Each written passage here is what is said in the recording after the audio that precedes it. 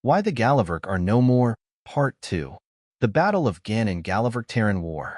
As the first fleet of the Terran entered the system of GRD-6, I watched as they scanned the system, and they noted a total of 75 Galavrck warships of every make and cannon, almost 5 times the first fleet's number, which the Terran war leader call carriers. This was it. They would be crushed here and now, but I needed to leave. I couldn't be on the bridge of their warship when it was destroyed. As I requested to be taken to my personal craft, their war leader laughed and said, I quote, "They aren't even in our weapons range yet, and you want to leave?" The sheer unyielding amusement on his damned face grated on my instinct to slay him right there. Then the human ambassador spoke up. Ambassador Lana, this is the best seat in the house. You requested to see how we conduct war. This is where you can see it best.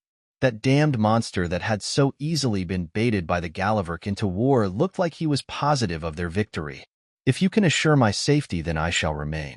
However, when this battle turns for the worst, I want the fastest way off this ship. No sooner than my statement settled did the crew begin to go to work. Their war leader barked orders and requested information. I heard one crewman, a woman with a short-cut pale yellow fur, said that the Galavrck hadn't made landfall and the garrison forces were smacking them away. An odd thought came to me when I had heard that a garrison force on this backwater colony, not even one of strategic value according to the comm officer, a role of a battle clan that sends and receives information that is broadcast, had been keeping the Galavrck Cossacks away.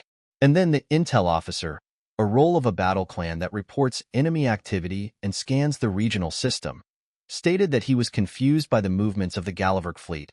He displayed a closer image of the Galavrck fleet. I will note here that the distance between the two fleets was still around the sum of 15 giga units of distance, and yet the image before me was clear as if I was next to them. The war leader turned to me with a confused look on his face and asked, "Are they moving into broadside formation?" I gave the approximation of a nod, a human gesture of affirmation, and waited for the war leader to respond. I had hoped that he would respond in dread of what he faced. Instead, he laughed again. At first, I mistook it for madness. He was broken, unable to lead his little fleet, until I saw his face. Their war leader was laughing again. This time like a man possessed. He roared aloud enough that I winced at the volume and tone. But his face took even me by surprise. He was, as the humans call it, grinning. This is a wide and exaggerated smile that made as many of the fangs of this human as visible as possible. I have been told that this gesture is made when a human has made a self-affirmation of something as absolute truth. I waited to see his next orders. What I heard dumbfounded even myself. He simply said, "Bring us into weapons range, and let's teach these four-armed incestuous aliens what happens when you present a larger target." I will assert here and now that I am not a war leader nor a battle clan. However, I do have an understanding of basic galactic void combat. When two fleets meet in void, they will begin to circle each other, slowly closing the gap until weapons range is achieved. Then both fleets will fire salvo after salvo until one fleet is rendered immobile, at which point boarding actions will take place to seize the enemy vessels. However, the humans even sneer at this noble form of naval combat as ineffective. The human fleet advanced straight at the Galavrck, not turning their broadsides to them. At about 8.5 giga units, the Terrans stopped, and I had hoped they saw the error of their way and would now turn, that they would now follow the example of their betters. But I was not ready for what I heard next. The intel officer leaned back and said in an almost gleeful voice, "Weapons range achieved." Hi, Emperor, if you read this, do understand that I had not fed you any false information. The Terran's maximum range is 8.5 giga units, nearly 4 times our laser cannon range. At first I didn't believe it had I not heard the weapons officer, a role of a battle clan that is to power and target weapon system and prove targeting solutions. Yellow moment after weapons are hot, tubes are loaded, nukes ready, and PDS are deployed and waiting. Sire, I looked to my fellow ambassador, a whirlwind of emotions flooding every inch of my being. He smiled and said, "The show is about to start. Also, do remember to read over that document." I watch in awe, and the humans fired their MPs. At first the ship did nothing for a nanocycle, and then I heard it a groan thought out the ship as though something had hit it. However, out the viewport of the vessel, I saw spears of light race across the heavens and dimed as this flew at the Galavrck. A moment later, I saw no less than 15 Galavrck ships implode at the impact. Every ship in the Terran fleet had not only hit its target, but obliterated it. Before I could take in what I had seen, the war leader commanded that fire half the tubes in a crane wing formation. As soon as the order had been given, I watched in horror as a clutch of hatches on the prow of the vessel opened and a smaller flotilla of cylindrical ships flew out and began to arch both above and below the Galavrck fleet. And I, for the first time in nearly 300 loops, prayed, if these Macs were so deadly, why have more than one weapon system? Needless to say, I learned nanocycles later, these tubes the human spoke of work like a high-output scatter laser cannon. As each tube begins to approach its target, it would unravel into thousands of smaller vessels, each carrying an explosive device equal to a hilarious mortar shell. I saved the worst of this weapon for last. I thought that these tubes were piloted by a human. However, upon questioning the ambassador after the battle, he stated they are self-guiding. We point, and it will get its target. I watched as this new race, still fresh to the doorway of the galaxy, had in the span of 5 nanocycles laid 42 Galavrck ships of the line to a quick and dishonorable death. My blood boiled for the first time since I was a broodpap. This, my emperor, is not the worst I have to tell you. The Terrans' last weapon that they used in this battle, it is the most horrifying. The war leader called for nukes to be fired at all the Galavrck that remained but one. I watch, and out of the prowl of every ship that had fire between 2 to 3 vessels each, much smaller than the tubes. This propelled themselves for a few seconds before shutting off their drives. I watched in horror and dread as I first saw the ships at the ends of their formation flash like stars, burning brightly for a moment before vanishing. Had the rest missed? I pondered before the heaven shone with the light of 1,000 suns and vanished just as quickly. I looked to the war leader and then the ambassador, seeking an answer as to what I had witnessed. The response gave me all the reasons I needed for the end of this report. Thermonuclear missile, much like your people first void ship's rockets, bit with a bit more.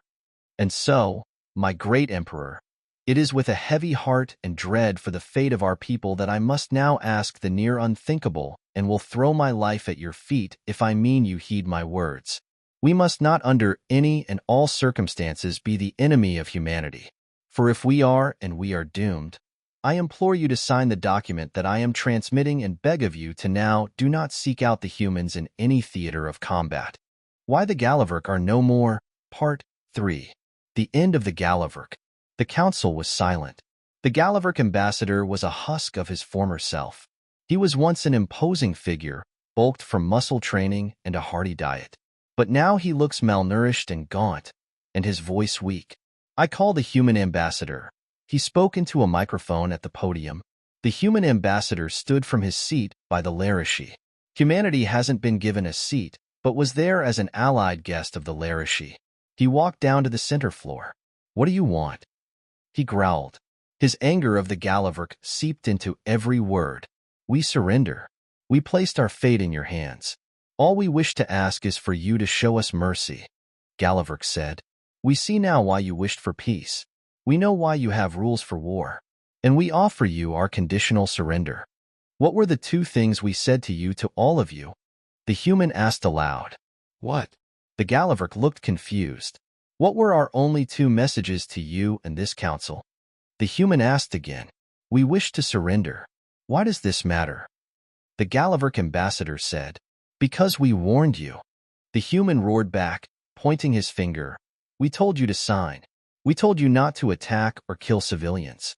We said you would die if you crossed the line. The human said before calming down. So, no, we don't accept. We pulled your logs, and we know about Baljiga. The Galavrck ambassador froze. His face drained of color, and his hand began to shake. The human glared at the Galavrck down. Should I tell the council what it is? He said, watching the Galavrck. The Galavrck started. I guess I will, the human said and turned to face the council. Baljiga is a special protocol for all admirals of the Galavrck fleets. If the flagship is the last ship to survive a battle, it is to detonate their main and secondary reactor as close to their primary objective. The human took a deep breath and exhaled from his nostrils. I am sure most of you know that the explosion is enough to start a chain reaction that will destroy most habitable planets. He paused. As I am sure most of you know, this council has laws against the intentional destruction of a habitable planet.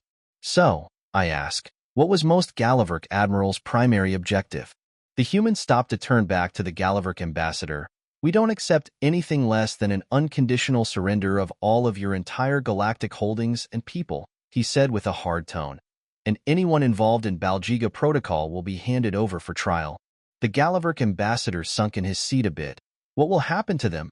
They will be placed in a habitat on a lifeless rock in your home sector. Then, we will place a primary and secondary reactor on the other side of said rock. We figure they will have exactly 5 hours until the reaction reaches them. But they will most likely meet their end about an hour or two before then, as the radiation wave will have ravaged most of their internal organs, the human said with what sounded like cooled wrath. You see, that is the fate they authorized to happen to not 1 but 3 of our colonies. They will go into hell feeling the excruciating pain that they have inflicted, and they will know the whole way that they were warned of their fate. And what of my people, those who had and haven't fought? The Galavrck asked hesitantly. Your Imperium will be destroyed. Your people-given name will be changed, and will be made a protectorate under the Terran Union for a sum of 500 human years. The combatants will be checked on a case-by-case basis for any who have committed war crimes as outlined by the Geneva Convention. Those found guilty will be punished accordingly. Those who haven't broken our laws of war will be allowed to return home. The human answered as if there was no doubt about his union's victory. As for you, Ambassador, we know about your involvement, and a suitable sentence has already been chosen. The council room was eerily silent as the last word hung in the air. What will you do with me? The Galavrck shuddered. We are making you the historian. You will be sent to a different station every cycle, and you will tell all you meet that you are the last Galavrck. That when you had the choice to save your people and stay humanity's wrath, you instead choose to fan it, and when that flame you kindled grew far greater than you could imagine, it was you that doomed your people and yourself to this fate, when you signed the Baljiga Protocol into active use. You will be the last Galavrck. The Galavrck rose slowly, and the 5 human months of war had worn him down. I, the Galavrck ambassador, find these terms unacceptable. We will never bend the knee to you. 5 months later, the Galavrck homeworld was virus-bombed by a Terran Union's first fleet. The ambassador and his cousin, the Galavrck Emperor, were found among the dead. Along with their 50 collaborators, they had all attempted to wait out the virus in a well-supplied bunker. They had underestimated the terrain virus lifetime. Their remaining holds surrendered unconditionally. Human civilian lives lost to Galavrck forces 1.3 million across 6 colonies. Galavrck civilians saved from Galamar 3,2,007,002,45674. Galavrck in their language means proud warrior. After the war, they willingly accepted a new name. Kioshian, in human terms, the innocent,